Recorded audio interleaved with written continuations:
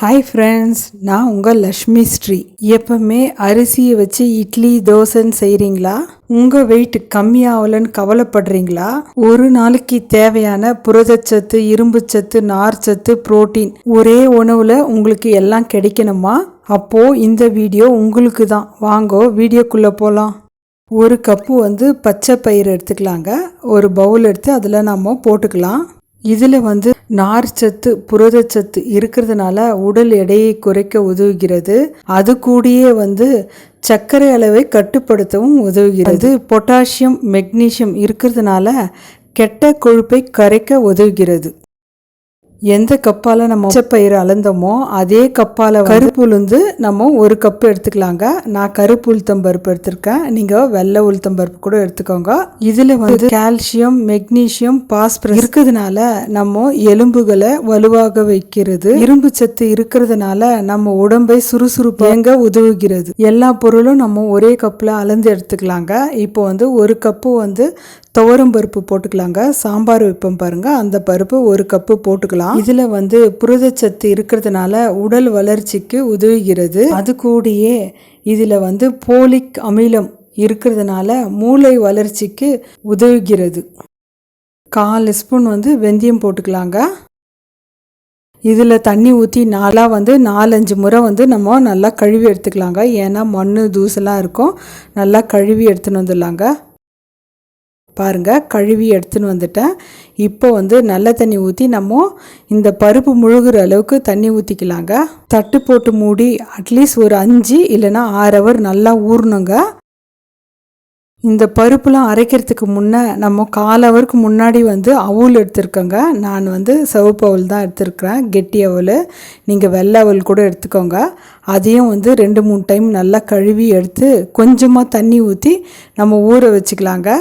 நம்ம பருப்பு அரைக்கிறதுக்கு ஒரு 1/4 ஹவருக்கு முன்னாடி ஊற வச்சா போதுங்க. அவுல் சீக்கிரம் ஊறிடுங்க. இந்த சிவப்பு அவுலில் இரும்பு சத்து நிறைய இருக்குதுங்க. இதில் வெள்ளை அவுலை விட சர்க்கரை அளவு கம்மியாகவே இருக்கிறது.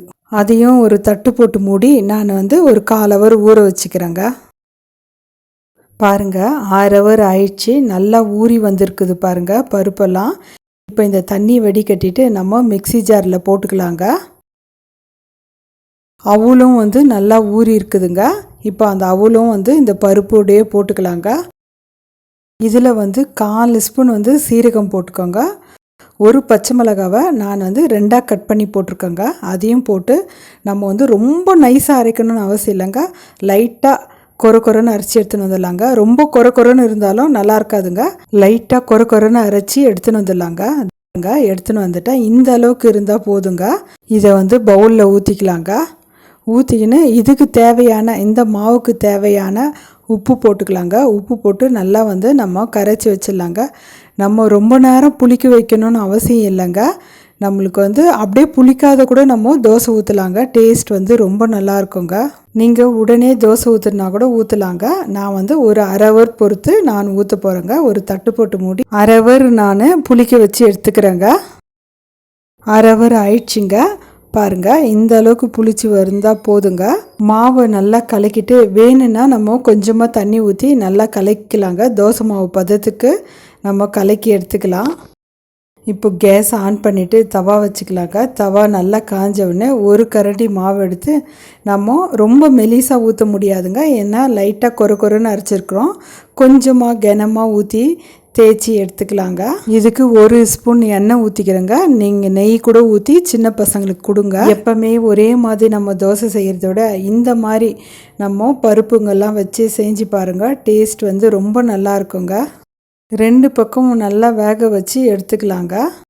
பாருங்கள், நல்லா வெந்து வந்திருக்குது. இப்போ நம்ம தோசை எடுத்துடலாம். பாருங்கள், ரெடி ஆயிடுச்சு.